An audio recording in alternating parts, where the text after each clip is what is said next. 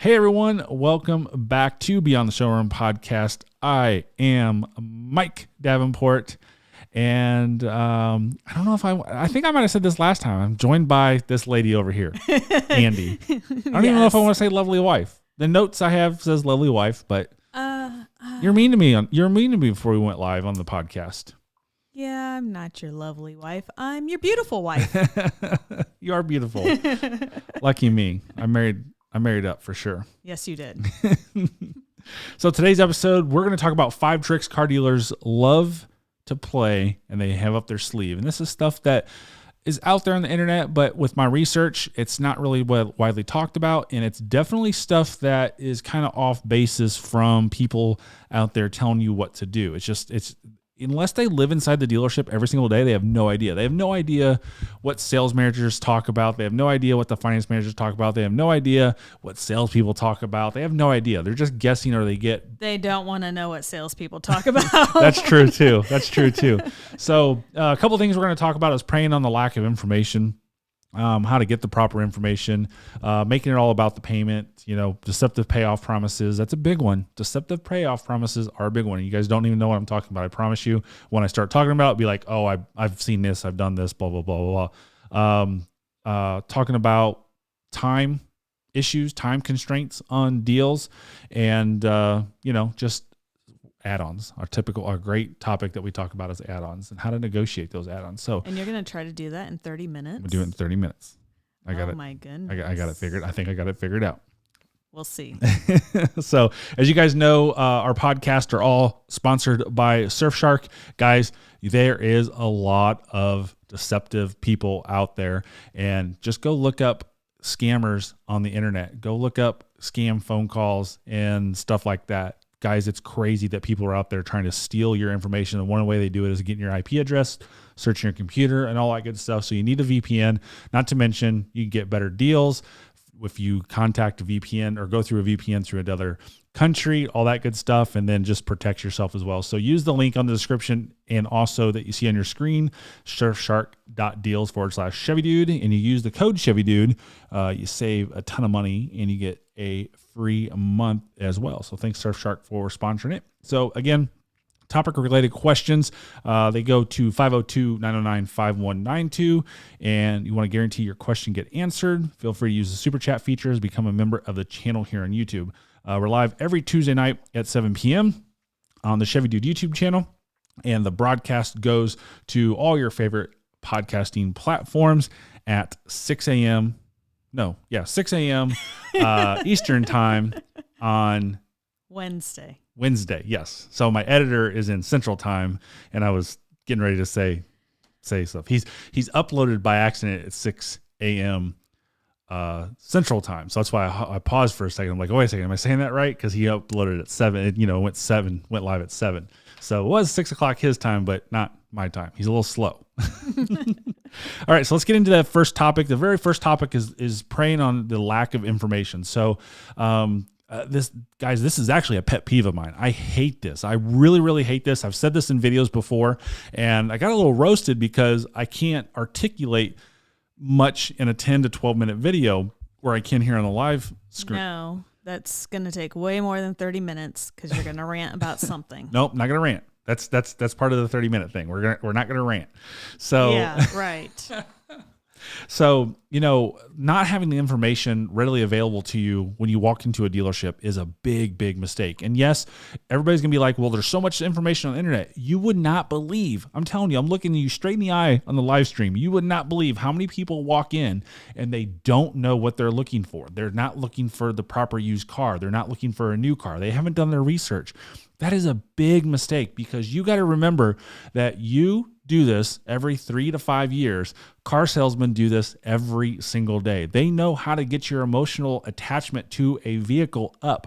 They know how to prey on you and get you to say yes. Now, again, I know the chat, I know the comments after this live stream is done is people are going to be like, hey, they're pounding their chest, right? But at the same time, I see a lot more deals than you guys do, and I know what's going on. Even in my own dealership, I see people walk in, and this is nothing negative, right? You come to my dealership for a reason. I go to my dealership for a reason. You go to my dealership to buy a car. I go to my dealership to sell a car. It's a match made in heaven. If you come into my dealership and not know anything, me personally, my dealership personally, we're not going to take advantage of you. But we are there for a job, and you did come there for a reason, to buy and sell cars. So you come in and we go off the information you told us, we're going to land you on a car. That is a big, big mistake. You need to walk into the dealership and know exactly which car you want to see. Not look around, not do this, not do that. Now, for example, if you have some trim level questions, so I can only go on Chevy, right? Or I can go on Honda as well, because I know Honda's pretty well. So say you go into Chevy and you want to see what the difference between an LS and an LT is with your own visual eyes. That's okay. I'm not saying don't walk into a dealership and have everything dialed in. There is some exploratory features that you need to do on a car dealership, but don't walk in and not do much research on the internet before you go in. You mean I can't walk in, sit at your desk and say, I'm looking for an SUV. I want 4 doors. Oh my gosh. You just hit the pet peeve of mine. This is where I need to articulate this a little bit more. When someone walks in the door and does exactly that, I have no desire, 0% to help them, because in today's day and age, the person right behind them is well prepared and they're ready to buy a car. And that person right there that you just explained, they're not going to buy a car that day majority of the time. Now, if I wanted to work a little bit harder, I could work and I could sell them a car. Promise you 100%. I can sell anybody a car any day of the week on any product, but that's not my style. I'm a pretty laid back guy. I enjoy what I do. I love what I do, and I want to have fun at what I do. And I want to transfer that fun and excitement level and the relationship, the business relationship, over to my clients. So with that being said, don't walk into a dealership not knowing the information. Everything's out there published. Again, because I can only talk on Chevy because I do a Chevy. But if you go out there and you look at Chevy.com, all the information is available to you. They tell you exactly what the trim levels are. They tell you exactly what you get when you go from an LS to an LT, or you from an LT to a 2LT or a 3LT or an LTZ or a Premier trim level or RS trim level. They tell you that stuff. I've kind of gotten out of that a little bit over the years, but if you go on Silverados, you'll find my vehicles and you'll see the trim differences. You'll see the trim differences on 1, 2, and 3 Corvettes. You'll see the differences on some of the Camaros. I've gotten out of that just because it takes so much time to do that research that I just don't have the team to do it. If I had a full team that I could produce a video like that every single day and afford to pay someone to do that, I would do these videos all day long, every day. I would love to quit selling cars. But that's the biggest difference, is you got to go out there and know to get the research and do it. Now, one thing that you can do if you can't find it on the internet, because there's a billion trillion websites, right? And it's tough to find information on a website, especially right now if we're coming into 2021 stuff. If people want to see what's going on with 2021, if that information is available, the dealership may have it where it may not be on their website. So that's when you can call up the dealership and say, hey, I need to talk to a product specialist. Who's your best product person? Who knows this best? Because they're going to help you over the phone, because they know you're in exploratory phase and they want you to get you in the dealership and they want you to buy from them, right? So now you can build that business relationship. I always tell everybody, build that relationship. The more you can communicate with a salesperson, the more you can build that relationship with the salesperson, the better it is forever, right? So I have these customers, even though one may be a Steeler fan, she's an awesome customer and I love them to death and they buy all sorts of cars from me, but she knows she can call me and say, Mike, I need this, I need that. Had a customer today. It's only bought 2 cars for me. Well, that's it. 2 Equinoxes. That is it. She texts me today, hey, is 0% available on the Blazer? She tells me, hey, Mike, she doesn't know. I guarantee you she doesn't know anything about the Blazer. She's just only interested in 0%. So I said, I have 2 0% vehicles left. I sent her the link. She goes, I don't like the red trim of the Blazer RS. And I said, well, then you have to go to the Blazer Premier. And luckily, my other vehicle was a Blazer Premier. They were pretty much identical in price. So, and I said, yeah, just go to the Premier. You're good to go. She wanted black. I got lucky because I had the vehicle, but outside that, she didn't do any research, but she knows she can trust me and not do the research. And she knows that I'm going to steer her straight. So that relationship that you get with the salesperson is extremely important to get that going. So walk in with information. There's all sorts of websites out there, but the best resource for information on the product is going in with the dealerships or the manufacturer's websites, and then going to the dealership and seeing what their available inventory is. So do that. Make sure you have the information on what you can afford to pay. That's extremely important. And that goes into our step 2 is don't let the dealership make it all about payments. Yes, I'm a car dealership, and I'm telling you that 90% of the people that walk in the door finance, and all they're interested in is payment. They're not interested in anything else. Zero.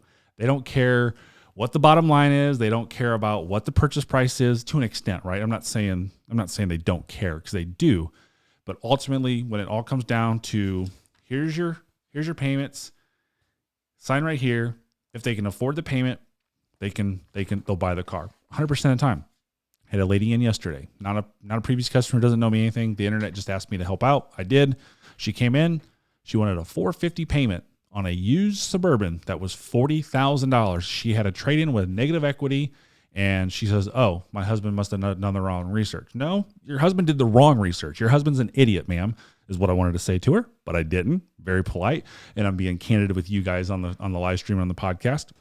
So with that being said, they just simply didn't do the proper research, and they're coming in and going completely on the payment. So if they wouldn't have came in on, say, hey, listen, we need a $450 payment, they did no research on their trade evaluation. They did no research on what a $40,000 vehicle gives you on payment wise. They did no research on anything other than, hey, let's just go in and let's throw the dice down the crap table and let's hoping we roll a 7 or 11, or I don't play craps, but I know it's a crapshoot, right? So throw the dice down, hope we get the right number, and we win big. And she wasted her time. She drove from Indiana, and very, very nice lady, right? I'm not saying anything negative about her person or anything like that. Just they didn't do the right research. They came in looking for a $450 payment with very minor negative equity, maybe like $1,500, $2,000. I think she had $1,000 down, so that negative equity was very, very little after we appraised her trade. But she had an $800 car payment, not a $450, and she just wasted her time. But that's where customers are coming in. So when you're at home doing this stuff, understand that a good rule of thumb, if you're making payments on your cars, which most Americans do, that is $20 for every $1,000 you finance. I know the chat. I know people are going to, what do they call that? Couch quarterback or something like that. I don't know what they call it. Sideline quarterback. Backseat driver. Backseat driver. Yeah, we can use that since it's car business, right? I know I'm going to have a backseat driver, but people are going to be like, oh, blah, blah, blah, blah, blah, and always prove me wrong, right? Which is fine.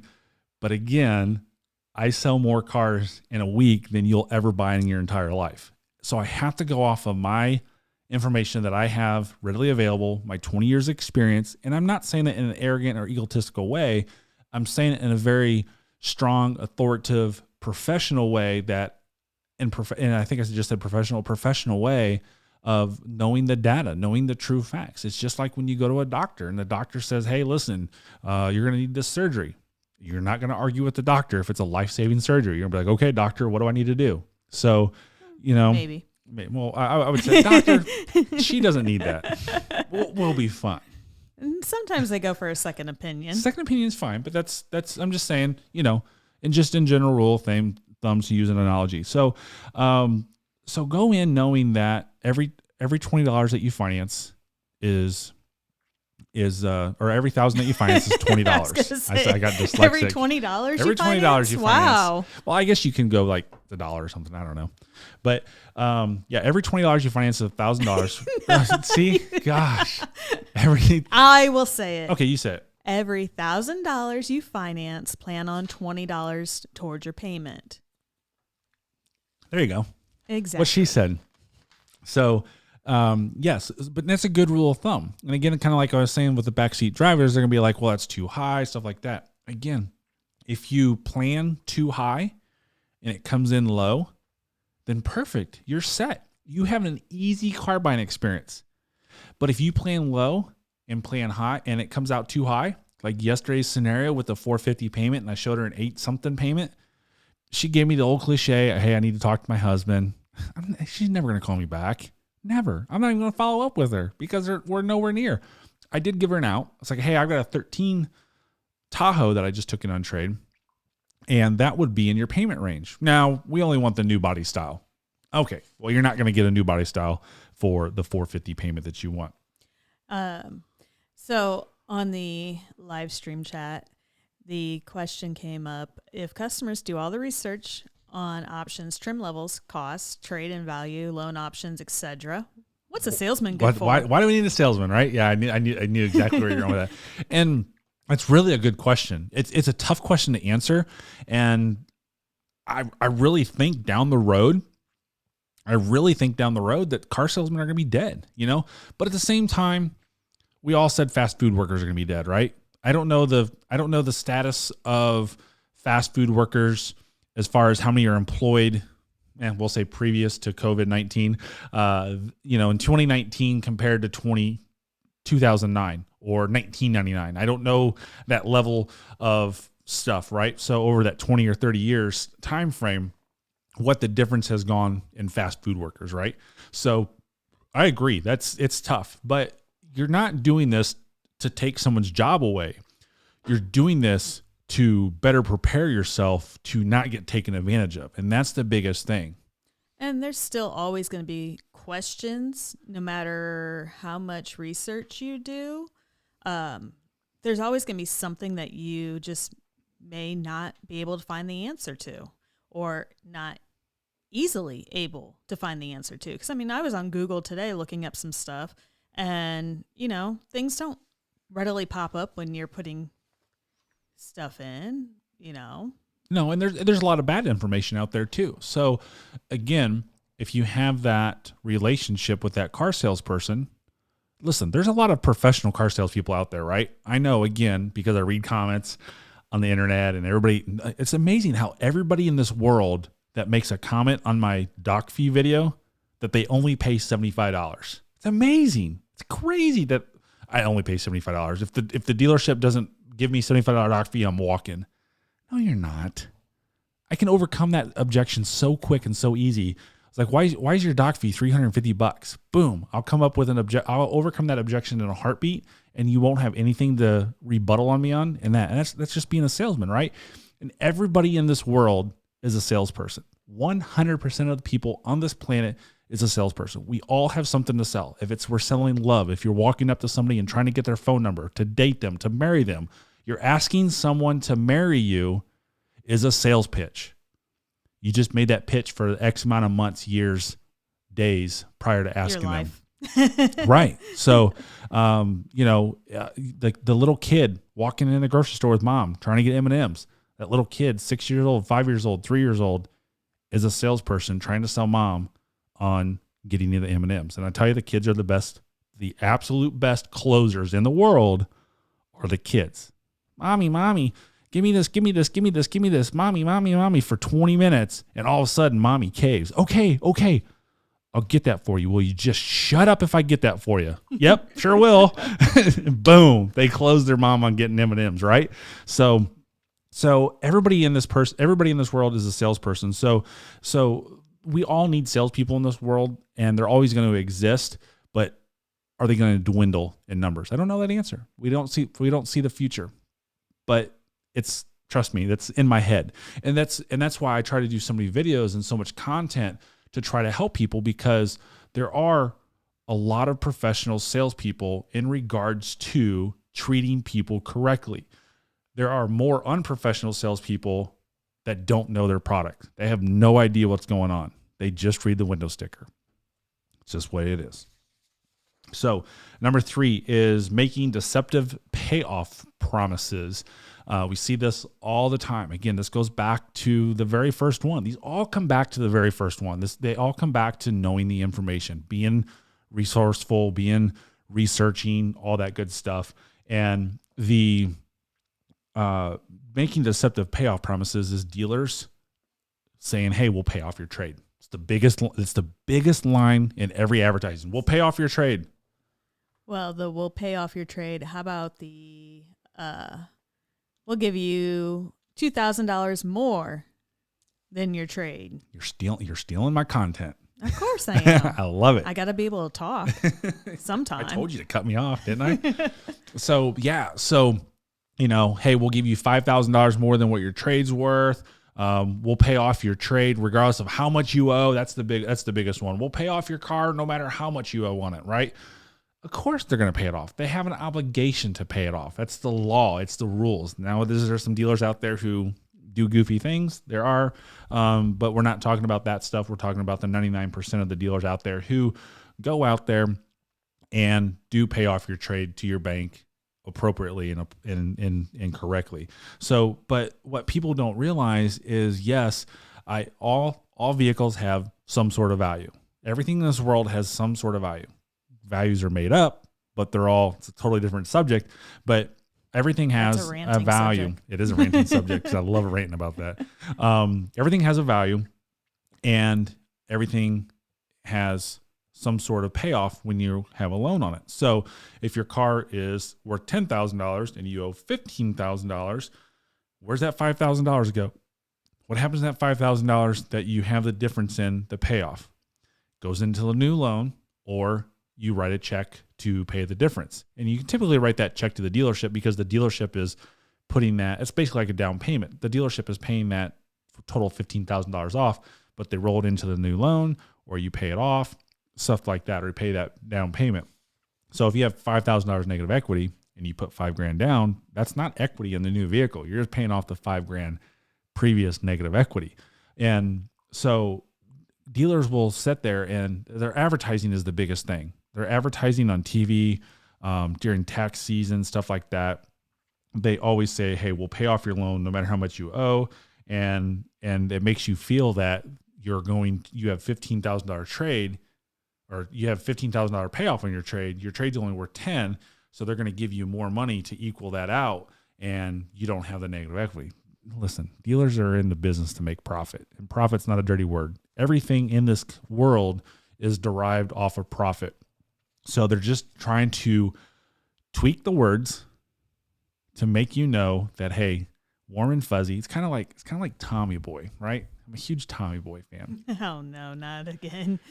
And when he's trying to become a salesperson because his dad passed away, right? And that's a comedy movie, but for someone who's never sold a car, when you look at that from a sales standpoint and you take that as a learning standpoint of his progress of becoming a salesperson, and when he gets to the end with Zelensky and he's got him on camera, he put some pressure on him to close him. And the Zelensky thinks, hey, it's going to be my company in 10 minutes anyways, right? But he knew more information than what Zelensky did. And that's a prime example of becoming a salesperson because you've done your research, you've graduated, you've got the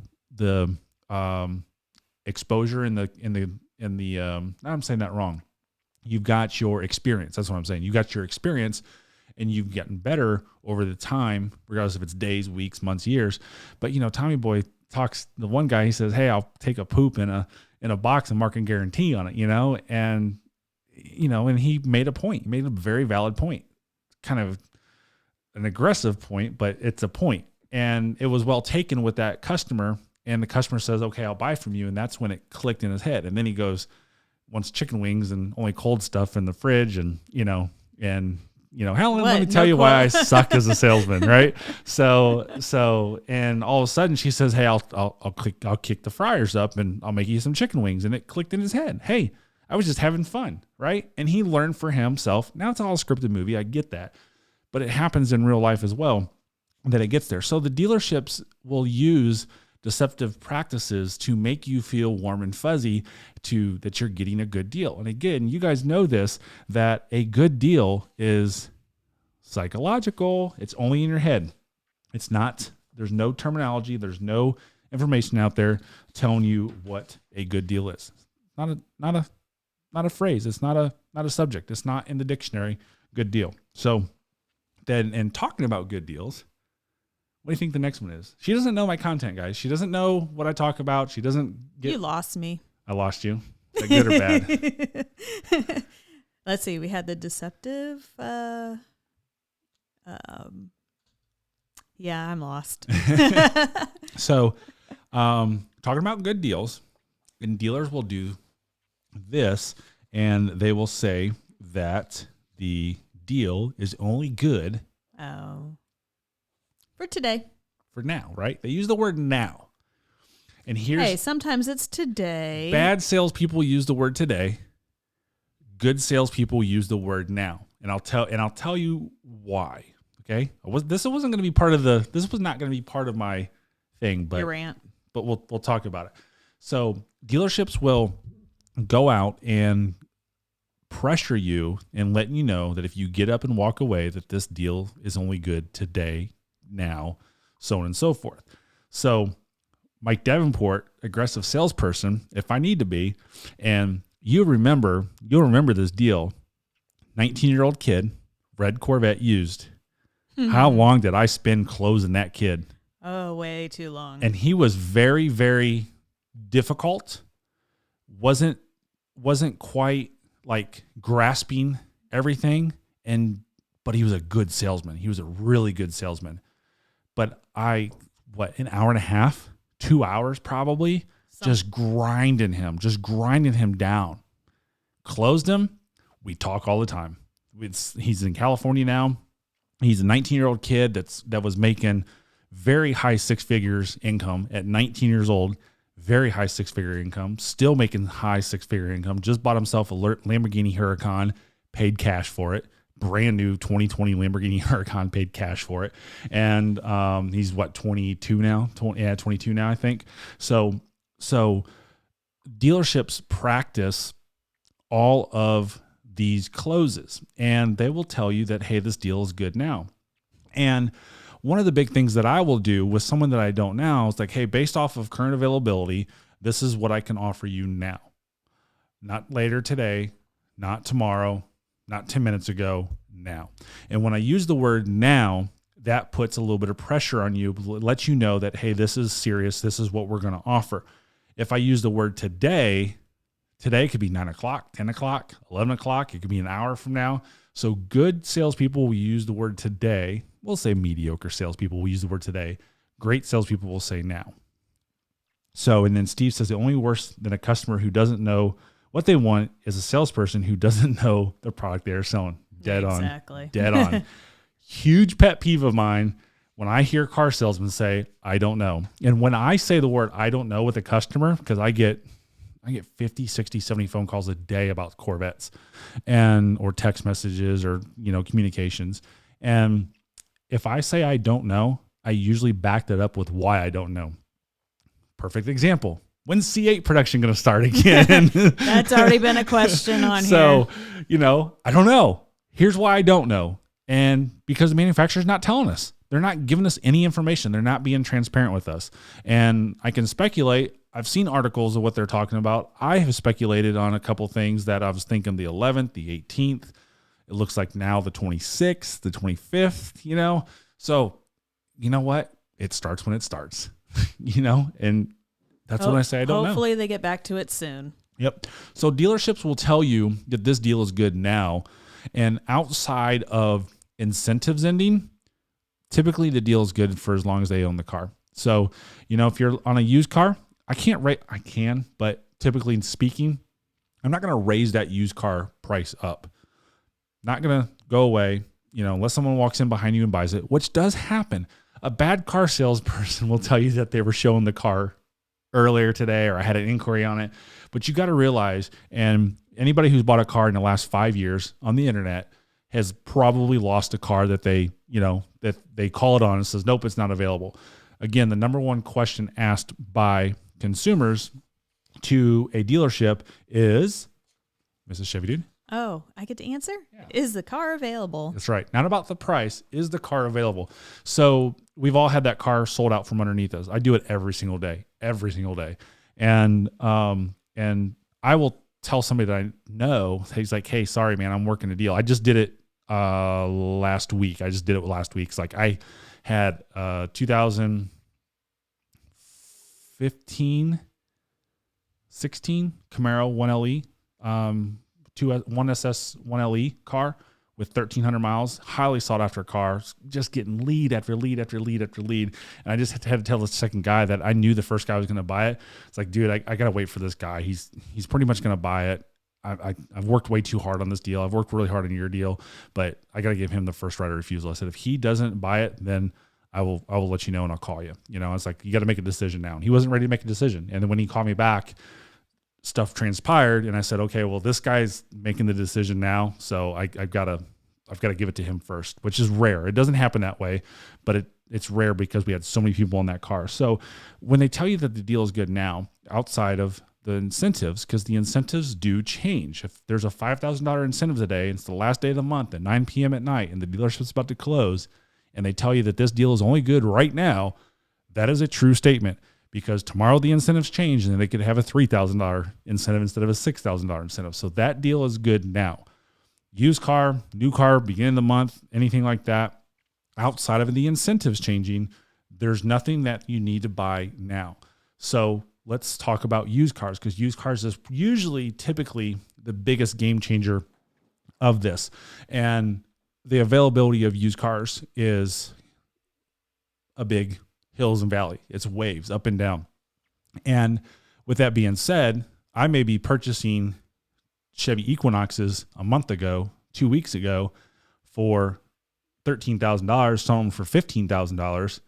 And now the supply and demand has changed in those couple weeks. And now I'm buying them at 15 and selling them for 17. Now that might be an issue with the supply and demand. And that's, again, a good salesperson will tell you that stuff. But outside that stuff, the deals are good for as long as they own the car. And then the last one, selling worthless or overpriced dealer add-ons. So we talked about this a ton in the past, but here's a question I put out on the community page of my YouTube channel. Is you can put it in the comments, the chat comments for the live streamers. What is a good, fair profit on a used car? Oh, no. And I know. So, but here's the thing. People went to the extreme, which is why I asked this question up front, because I wanted to see what people's comments are. It shouldn't matter. And a percentage doesn't mean anything either. I don't care about percentages. Percentages mean nothing, because if you tell me 15% on a $100,000 car, there's no way in heck I'm going to be able to make a 15% profit on a $100,000 car. It's just not going to happen. And a 15% profit on a $3,000 car is not near enough. So I feel, and this is the way the car business is they only work on dollars. They don't work on percentages. They only work on gross profit. So what do you think a fair profit across the board is fair on a used car deal? So here's where we're going, is selling worthless and overpriced items, anything to do with security, worthless. Absolutely 100% worthless. You mean that VIN etching on our windows that we had to do years ago at the Dodge dealership? Yeah. So I did that. Like when I first got in the car business, we would go out there with like this paint goo and blue label on the window and dab. One of the sales guys, the window was halfway down. So he put it on the bottom of the window and didn't realize it. Rolled the window up. Zzz, that window etching was halfway through the middle of the window. And I guess we just sold it that way. I don't know, but imagine looking out your window and there's your VIN or, a 6-digit code or something like that. Oh my gosh. Crazy. So, so, really the only thing you have to purchase at only thing you have to pay for at a car dealership is the purchase price of the car, state and local sales taxes. Do not mention dock fee there, because you don't have to pay it. But if the dealership has a dock fee, you're going to get charged the dock fee 100% of the time. There's too much risk from a dealership standpoint that if you don't pay a dock fee and the next person does, and the person before you did, that there's liability there of discrimination. I've said this in my dock fee video. Imagine if a black person has to pay a dock fee and a white person doesn't. Go to the extreme, right? Absolutely to the extreme.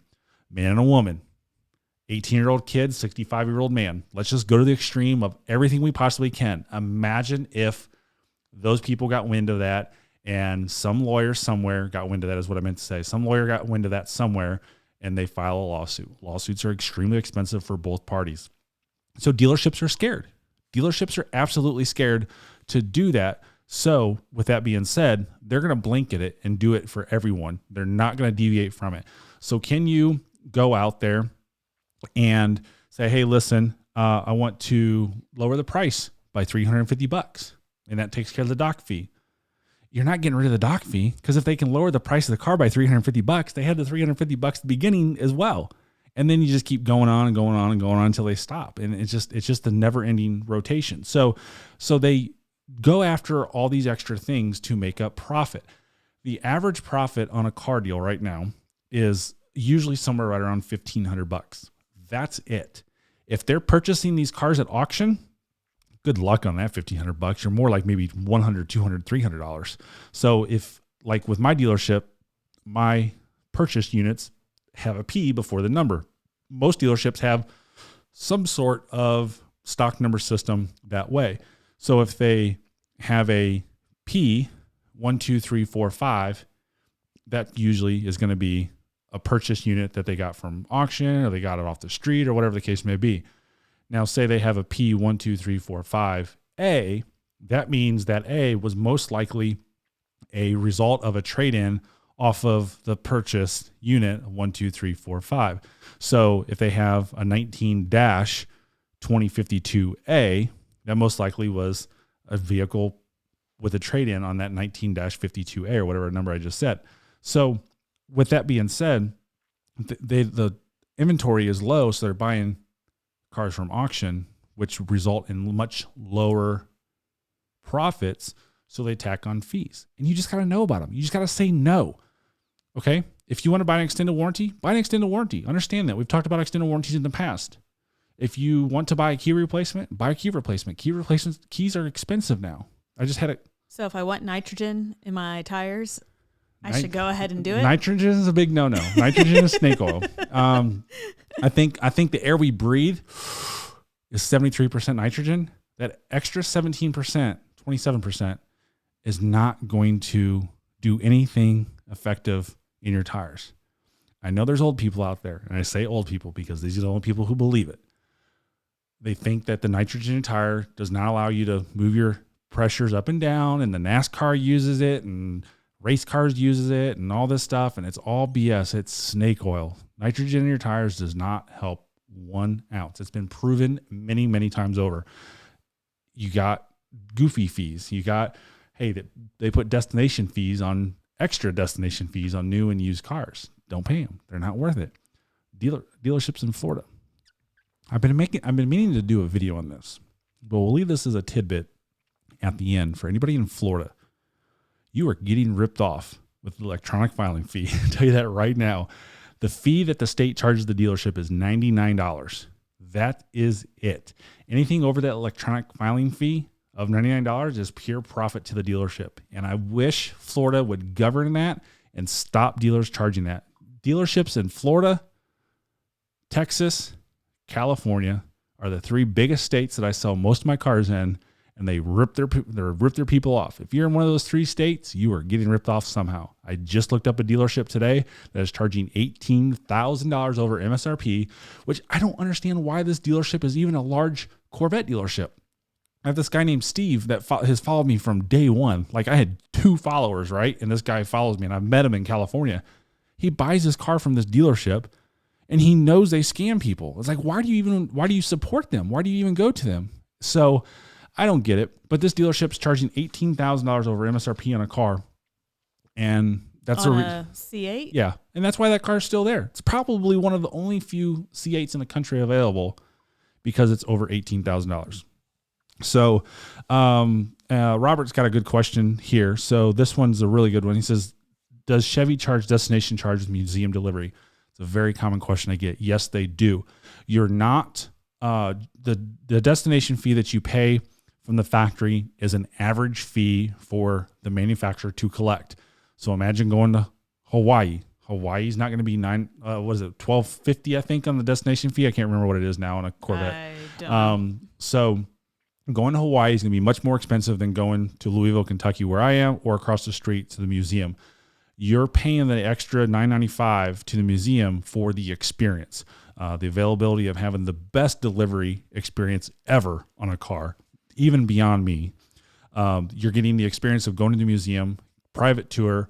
When the factory opens up, and if it's available, you get an awesome private factory tour, which is well better than the $10 factory tour that's available whenever they open them up. So yes, you do pay destination charge when you do delivery at the museum because it's a fixed fee across the country. California is going to be much more expensive because they're paying transport. They're paying multiple transport companies. They're paying a transport company to take it to the train station to go west, and then from the train station they're paying a transporter there. So imagine those three people, charging. They're not getting $9.95 or $12.50 or whatever. They're paying a lot more than that. Well, and your destination charge is always charged by the manufacturer and Yes. on your sticker. Yes, that's the only one to pay. Never pay anything else. And again, on a used car, there should be no extra fees from outside of the purchase price, tags, title, license fees, and the dealer dock fee. That's it. So, with that being said, to the people on the podcast, appreciate you being here. I hope this was very informative. And I could have probably talked an hour on this one. We changed up the podcast to about 30 minutes to try to mimic things. I felt like I talked really, really fast, though, today, which I don't like doing. There's a lot of things you could always talk more about, but We can rant. Yeah. So the guys on the podcast, thank you for listening. We'll see you every Wednesday morning at 6 a.m. Eastern time. As always, thanks again for listening. Have a great day and drive safely. Okay, Scott said just a shout Shout out. out. I saw that. Thanks, Thanks. Scott. Appreciate it. So yeah, with the shorter podcast portion, gives us a little time to answer the random questions, and they're all, C8 related, but basically we have no update. There's nothing. There's nothing to update on the C8, and it's horrible. It's sad. I don't know if I want to say this or not, but I'll say it. The union screwed GM over again. Just plain and simple. It's not an anti-union comment. It's not an anti-anything comment. I'm just telling you that there's so much power in the union that they forced General Motors to close down to protect people, right? But then you go to someone like GE, who's got more employees inside their factory than General Motors does, and they're still making washers and dryers and refrigerators here in Louisville, Kentucky. I mean, look at it. Our daughter's part of a union with UPS, Yep. and she's been working the whole time. Now, is it needed?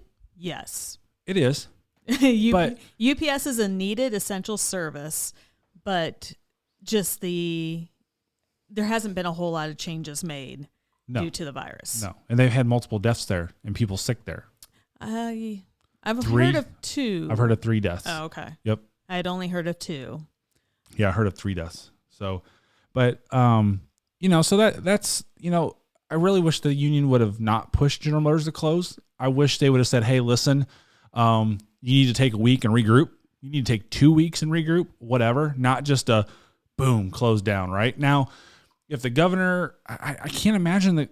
I'm in Kentucky, right? GE right down the street from me, 10 minutes from my dealership, 3,000 employees. They were working just fine. So I can't imagine the governor said that you can't go to work. Why is a washer and dryer manufacturer any different than a car manufacturer? I don't get it. I don't understand. It's beyond. It's above me. This whole thing's above me. It's beyond the showroom. It's been a crazy time for sure, and it's nice to see a lot of states starting to reopen. Hopefully, people do stay healthy. Yeah, Michael said he's got 2,500 employees in his factory, and they had 5 deaths. And again, not to rant about this, but we don't know the truth as human beings. Not in there every day. We don't know the truth. We don't know what the factual numbers are, if they're too high, they're too low. We don't know that. Multiple pathologists are sitting there and saying they're being pushed to test for COVID-19 on every death. They don't test that on flu. It's definitely goofy. And then it goes back to, this is an election year. So is it? Who knows? It's not damned if you do, damned if you don't. Yeah. So it's horrible. It's we horrible. just need to get back to life and, trying to get back Robert to Mayo just said politically motivated shutdowns. I believe that. I got into an argument yesterday with one of our salespeople because I'm not going to wear a mask sitting at my desk with a plexiglass shield in front of me. And I read the rules, and the rules state that if I'm not around anybody within 6 feet, I'm at my desk by myself, that I don't need to wear a mask. And they're like, no, you need to wear a mask. And I said, no. I said, I read the rules. He says, I don't care about the rules. then where you're just making things up. And I'm like, no, I'm not wearing a mask for 10 hours a day. And I told my boss, send me home. I will work from home and I'll come in. I'll wear a mask when I got a customer here, and then I'm leaving again. I'm not going to sit here from 9 a.m. to 7 p.m. and wear a mask on my mouth all day long. And I almost went to the extreme. I didn't. And you guys know I like to go to the extreme, right? I didn't go to the extreme, but I'm like, what if a dog had to wear a muzzle all day long? PETA would be all over them. And now here we are, muzzled up with a cloth mask. But enough of that. So, but nobody has heart attacks anymore. Yeah, I know. Nobody has heart attacks anymore. You know, you get into cancer. You get it. Yeah, I know. Everybody's cured from cancer now. Yeah, I mean, they're coming up other with things. Yeah, they're coming up with this vaccine for this. So why can't we cure cancer? You know, it's just all sorts of goofy left field stuff, right? And I'm not really into that stuff, but I've been home for 8 weeks, so I'm reading more and I'm looking more and I'm not focused on something. So, Chris said, I'm a truck driver and we have had a few people get sick, but no one has died from it so far. Thank God. I don't want to see anybody get sick from it. I don't want to see anybody die from it. You know, human life is human life, regardless of anything. And we just want everything to be normal, to be able to go and function and make money for our families and stuff like that. You know, and then you start hearing people. Our receptionist is one of them. I love our receptionist, but she was making more money on unemployment. Yeah. You know, I was talking to friends today who, because they had reduced hours or lost a job out of 2 jobs that they had, they were able to get unemployment and qualify for the extra $600. Yeah. Whatever that there was available. And it's just so hard when some people who work on commission or not qualify for unemployment, but they sit there and put in for unemployment and constantly get the crap back, thrown back at them saying, no, you didn't do this right, or you didn't do that right. Or, they go a month and they have not seen one dime from unemployment, and they're still supposed to be paying their bills. They're still supposed to be putting food in their children's mouths. Mm-hmm. And, then you hear of all these other people who are having such an easy time and able to get this and that. So it's been hard, overall. Yeah. And the stimulus checks, I don't think helped as much as people would like to think. Don't help at all. I mean, a lot of people. So to change the subject, Red Stingray said, sorry, doc fees are nothing but a moneymaker. Agree 100%. I mean, I'm a car salesman. I get it. It is a way to supplement overhead for the dealership. 100%. Don't disagree with Red Stingray Corvette in any way, shape, or form. But it's what the industry does. And I'm going to talk about this in maybe next week vlog. Maybe, I don't think I'm going to have it all done for tomorrow. Actually, I don't know what vlog I'm uploading tomorrow. I can't remember. Or maybe Thursday. I'm not sure which way I'm doing it. But,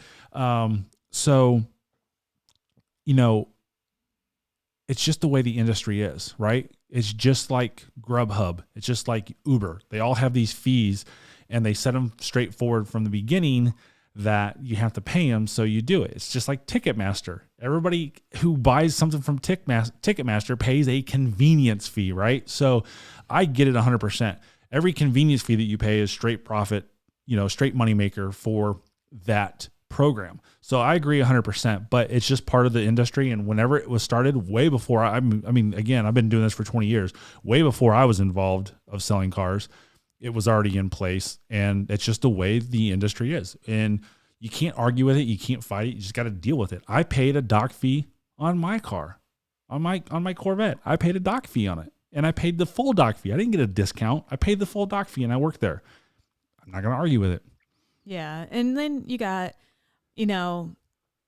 I've seen in the past where companies will sit there and charge you an extra 2.5% if you choose to pay by credit card, because they're getting charged that 2.5% or 3% or whatever it is by the credit card company. So they're passing that on to you. Yeah. And, that may not be a profit fee, but that is still a fee that they're passing along to you because they're stuck paying it. Yeah. Oh, you know what I forgot to tell? I've made the decision.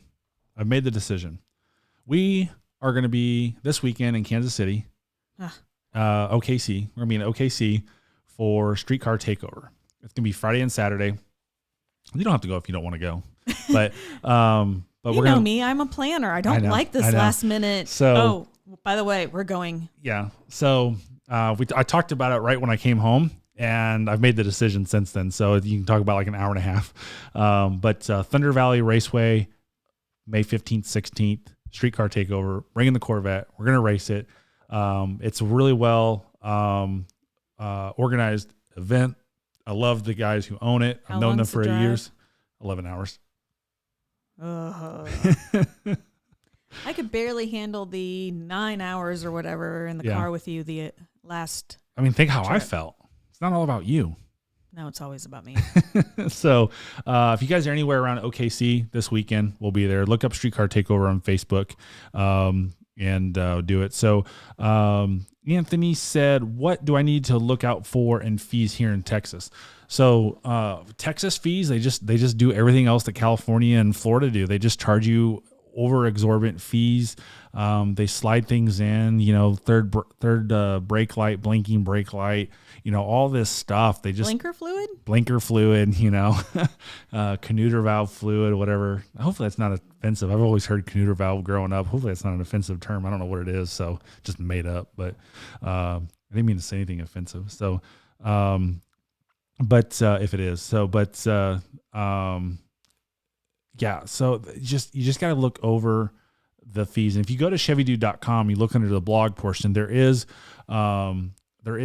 some car buying tips and stuff like that. And there's also worksheets that you can download to know exactly everything that they charge. Do you think Chevy will keep the 4-cylinder turbo in the trucks for a while? Have they been selling well? It's a good question. So we were told as a dealership that we need to stock 4 and 6-cylinder trucks and that they're going to incentivize them heavily. So we as a dealership did that. And then they lowered the price on the truck and took the incentives away. So I don't know what they're going to do. 4-cylinder is cool. It's not for me. I wouldn't buy one. But I see where Chevrolet is coming from, again, they're selling us on this idea, right?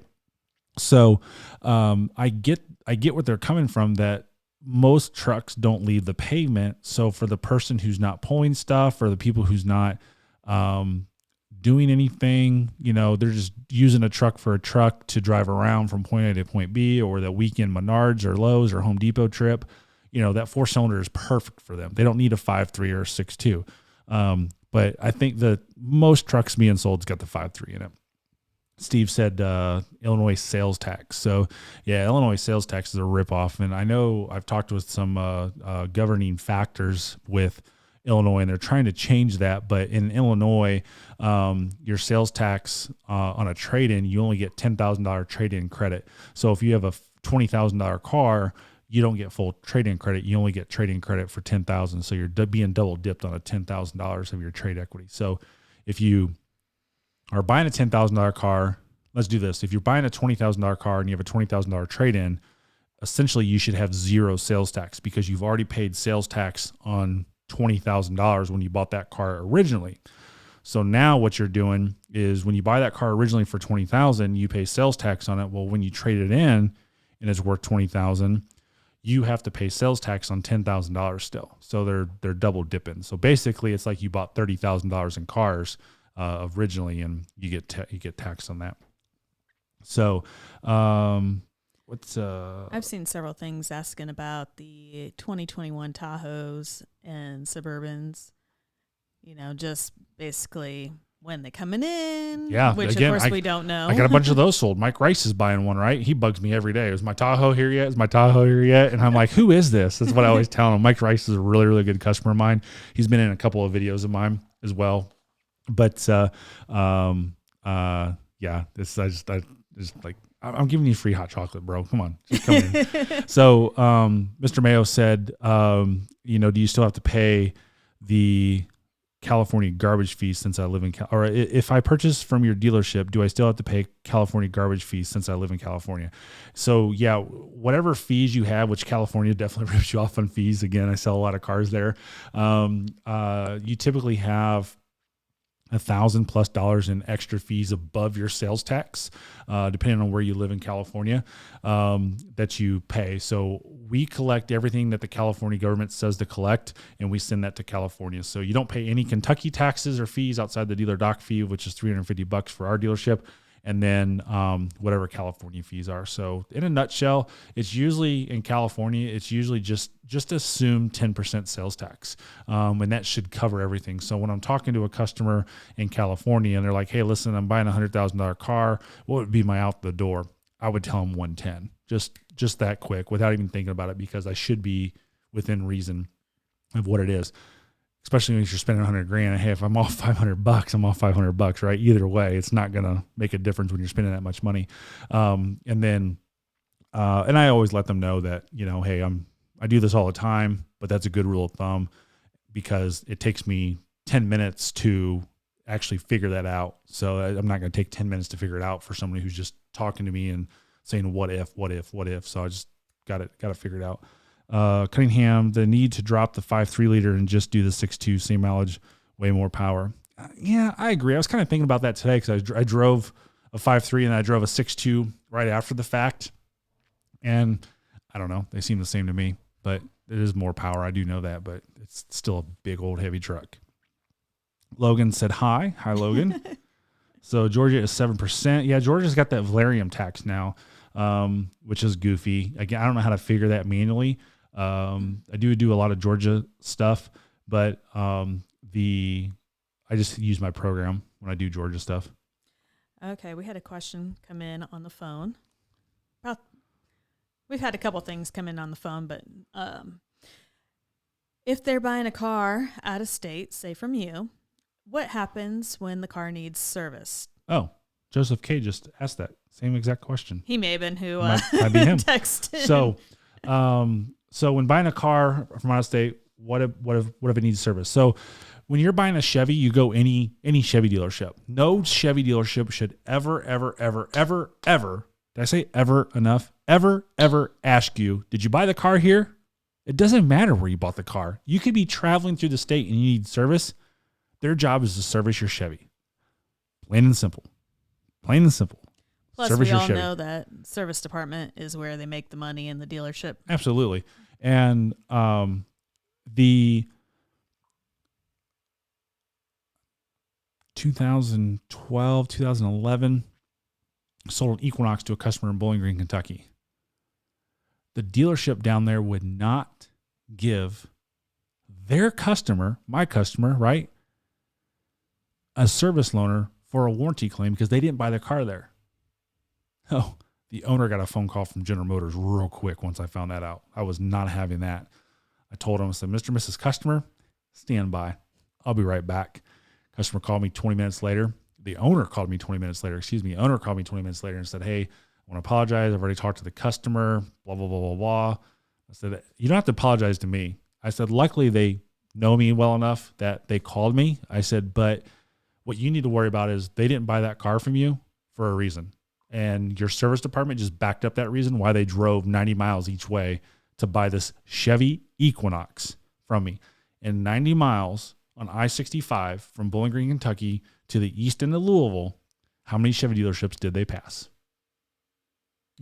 I said, and they chose to come up here for a reason.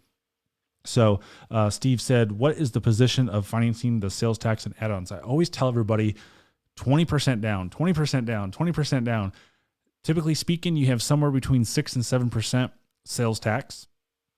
And so therefore, when you're purchasing a car at retail, you're tacking on additional money that you owe on that car and financing it. And again, I'll say this till I'm blue in the face. I say this with very much confidence. I say this with very much authoritative way. And I also say this with extreme professionalism, that negative equity is not done by the dealership. It's done by the consumer. When you tack on 6, 7, California, 10%, Tennessee, 9.5%, and most counties in Tennessee, when you tack on that much over the retail value of your car, you're burying yourself in negative equity. And then when you trade in 3 years, you're like, well, I got a lot of negative equity. I've just been making my payments and the dealership must have screwed me over. No, you screwed yourself over. You didn't put any money down. You're buying a depreciating asset. Put the money down. So I always tell everybody 20%. And I was going to talk about this earlier and I didn't. Where's my notes at? Use the 20-4-10 rule, and the 20 is 20% down, 4 is 4-year term, and 10 is 10% of your payment to income. Those are perfect world scenarios. Now, I know the 4-year loan term is almost unacceptable in most people's eyes, but that's really where you need to be at. That's the 24-10 rule, 20/4/10. 20% down, 4-year term, 10% payment to income. 4 years doesn't give you much payment to income, you know. But I had a YouTube subscriber who works. He works at our dealership. He just started working at our dealership before COVID-19, and he got laid off. And with COVID-19, he worked in the detail department. So he's like, "Oh my God, I can't believe I met you. I can't believe I work with you. You know, blah blah blah blah." I'm like, "Dude, I'm just a normal person. I'm nobody." And so he came back today, and I'm like, "Oh, did you come back? Sweet. I'm glad you still work here. You know, because it's kind of goofy that you start and then get laid off. It's nothing that we could do about it."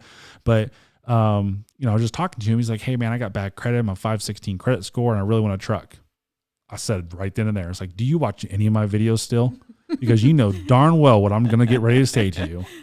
And I said, number one, you're not getting a truck if you have a 516 credit score and you only got 1,000 to put down. I said, it's not going to happen. I said, you need to buy a car.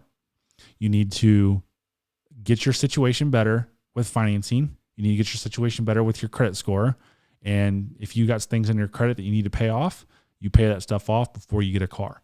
And I said, then we will talk about getting a truck in a few years when you've earned, I like saying this to people, when you've earned the right to buy a truck. And it sounds kind of childish when I say it that way, but the more conversation I have with that person than what I'm saying right here, they get it and they respect that, because the normal car salesman would just slam them in a truck for $560 a month at 20. And I told him, I was like, dude, at a 516 credit score on a used car in Kentucky, you might as well bank on 24%. Hey, if I can get them 19%, then we're doing better, right? So just like I tell everybody, I always overestimate, and I always overdeliver on everything I do. Overpromise, overdeliver on everything I do, and because I never run into issues. I never run into any issues. Okay. Except for when people don't like my TikToks and they write a bad review on me. I don't like your TikToks. I don't like my TikToks. I don't like my TikToks either, but TikTok is a whole different. It's a different segment, and I know my analytics on YouTube, right? So if I have a 2020 Corvette and maybe I get some teeny boppers to watch me on YouTube and bring the revenue in, it's a business decision. I don't want to be on TikTok by any means. I definitely don't want to do it. Are you sure? Because I wake up to you watching TikTok. I'm researching in the morning. I'm researching. No, I wake up to you watching it. I go to bed to you watching it. You're on it. It's research. 24/7. It's research. Okay. Industry research. Sure. Now, there's some actual important questions, not TikTok related. Okay. Which is good. Renegade. If you put more money down, or the more money that you put down, will that possibly lower your interest rate? Yes. So, if you have a bad credit score, and I'll use the 516 credit score earlier, if you can make the banks blind to that credit score and they don't see it, and they see all these other positives, your loan to value is better, blah, blah, blah, blah, blah. You're on the right car, you're on the right payment, all that stuff. The banks are going to be like, oh, interest rate, boom, our risk is lower. So when you put $1,000 or $2,000 down, that to a bank's mind is a down payment. You're not financially invested with a down payment. If you put 20% down, 30, 40% down, now you have used that money as an investment into your car, and the less likelihood you are to default on that loan. I talked about it a couple weeks ago on interest rates. You know, if you were buying a Kia 10 years ago or a Buick 10 years ago, you would have different interest rates based off of the car you're buying because of their risk. And a Kia is most likely going to go, no, I don't want to say most likely. The risk is higher on a Kia to go back to the bank on a default loan than a Buick was. Why? Because Buick owners are of retirement age, older people, women, stuff like that. And I said woman. I don't put us down. I wasn't putting you down. I was thinking of the guy who I don't really like, and he drives a Buick, and I told him one day that was a woman's car, just to spite at him. The Verano thing, or the I don't know. I shouldn't have said that. Yeah, but, I have no clue what you're talking about. But it's Troy. So now you know. You know, so it's less likelihood of the age bracket of everybody and the people who are buying Kias and lower priced cars. This is 10 years ago, right? So that's why I say that. Okay. So Tyler said, love your videos. Have to go to work at Walmart at 4 a.m. Peace out. Peace, brother. In other words, he's going to bed. I know what he means. AC was asking about California emissions and whether or not there was a difference in buying a vehicle from you versus one in California. No, there is no difference between the emissions. So the emissions that you see on cars, California emissions, the Northeast emissions like New York, Vermont, New Hampshire, all that stuff. Those emissions are for that local area, for those states, right? So it is illegal for a dealership in California to sell a car with 50 state emissions.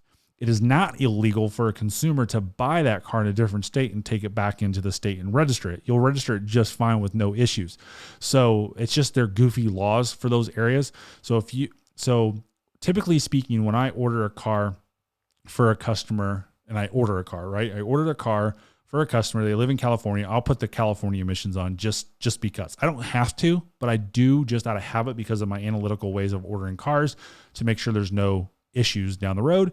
And the fact that sometimes I'm not up on all the laws for all the states. So I don't want to do anything goofy. I'd rather be safe.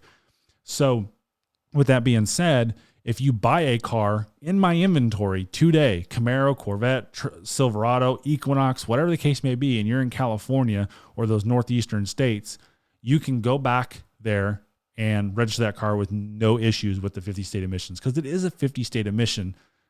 It is a 50 state emissions vehicle. So you can register in any state. It's just those itty bitty states have some goofy stuff out there. You hear that? Yeah, there's a humming. What is that? I don't know. It just started. I don't know. I don't either. And now he's busy paying attention to that.